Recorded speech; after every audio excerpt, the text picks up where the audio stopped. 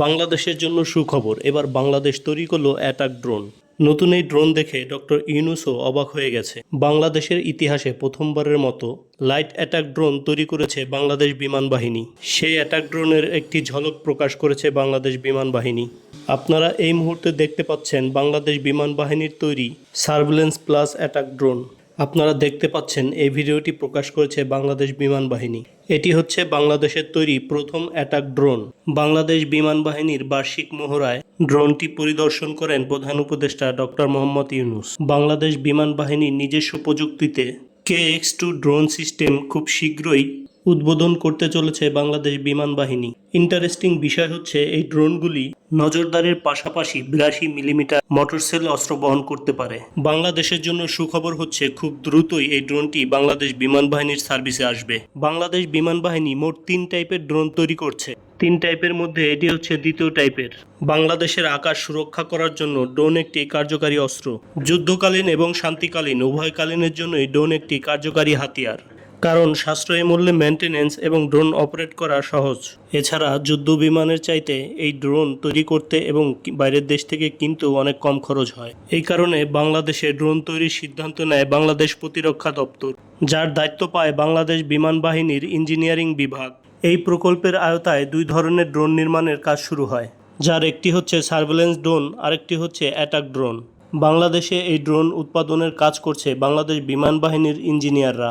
আধুনিক যুদ্ধক্ষেত্রে ড্রোন ছাড়া যুদ্ধক্ষেত্র অসম্পূর্ণ। বর্তমানে সকল ধরনের যুদ্ধেই এই ধরনের বিভিন্ন ড্রোন ব্যবহার করা হচ্ছে।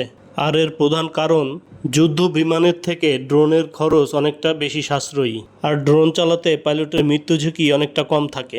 এই কারণেই যুদ্ধক্ষেত্রে ড্রোন দিনে দিনে জনপ্রিয় হয়ে উঠছে।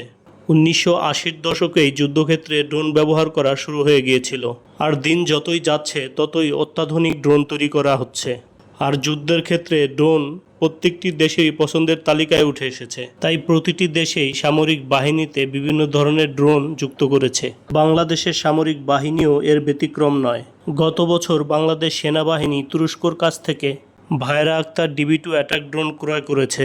এই অ্যাটাক ড্রোন বাংলাদেশ সেনাবাহিনীর সার্ভিসে মোট 6টি রয়েছে, তবে বাংলাদেশ সেনাবাহিনী এগুলো পরীক্ষামূলকভাবেই ব্যবহার করছে।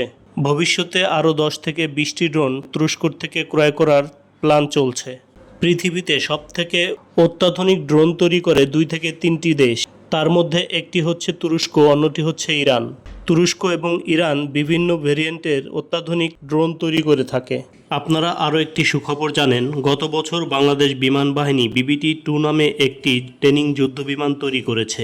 বাংলাদেশের তৈরি বিমান BBT-2 সফলভাবে আকাশে উঠতে সক্ষম হয়েছে এবং এই ট্রেনিং বিমান যুদ্ধে ছোটোখাটো আক্রমণ করতেও সক্ষম। এবং বাংলাদেশের তৈরি প্রথম বিমান হিসেবে এটির কোয়ালিটি অনেক ভালো হয়েছে। এবং বাংলাদেশ বিমান বাহিনী যখন এই বিমানটি উদ্বোধন করেছিল, তখন তারা ঘোষণা করেছিল বাংলাদেশ নিজ দেশেই এবার সামরিক ড্রোন তৈরি করবে। তারই ফলশ্রুতিতে তারা এই অ্যাটাক ড্রোনটি তৈরি করেছে। সম্মানিত দর্শক, ভিডিওটি ভালো লাগলে একটি লাইক দিয়ে সকলের সাথে শেয়ার করে দিন।